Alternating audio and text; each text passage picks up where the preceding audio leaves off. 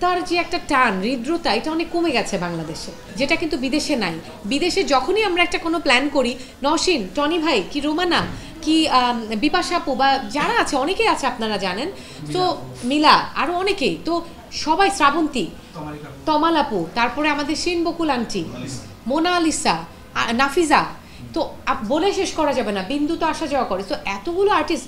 কিন্তু যখনই আমরা একটা কোনো বন্যা মির্জা আমরা কোনো একটা গেট টুগেদার করি, দেখা যায় ছুটে সবাই চলে আসছে, সবাই কাজ ম্যানেজ করে, টাইম ম্যানেজ করে, কেন যে আমরা সবাই সবার সাথে দেখা করবো। এই যে হৃদ্রতা, এই যে আত্মার যে টানটা, আমি মনে করি এটা বাংলাদেশে আবার হওয়া উচিত।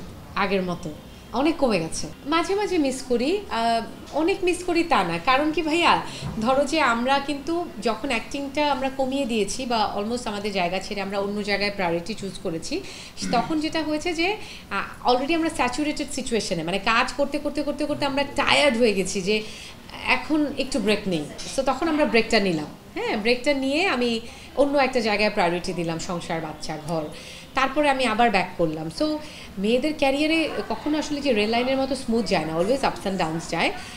মিস করি খুব একটা না, তবে মাঝে মাঝে মনে হয় কলিগদের কথা, মনে হয় আড্ডার কথা মনে হয়।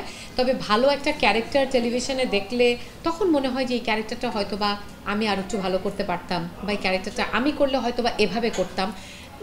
সামটাইমস আমি মিস করি। তবে সত্যি কথা বলতে কি ভাই, আমি সারাটা জীবন, আমার মনে আছে আমি 10 বছর আগে আমি ফেসবুকে একটা স্ট্যাটাস দিয়েছিলাম যে ব্যস্ততা আমাকে দেয় না মুক্তি।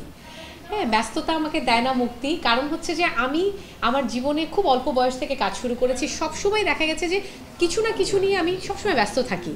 সো ব্যস্ততার কারণে আমার এমন অবস্থা হয়েছে যে আমার সুখ করারও কোনো কিছু নিয়ে সময় থাকে না, কোনো কিছু নিয়ে আমার শোক করারও সময় থাকে না, আমার কোনো কিছু মিস করারও সময় থাকে না।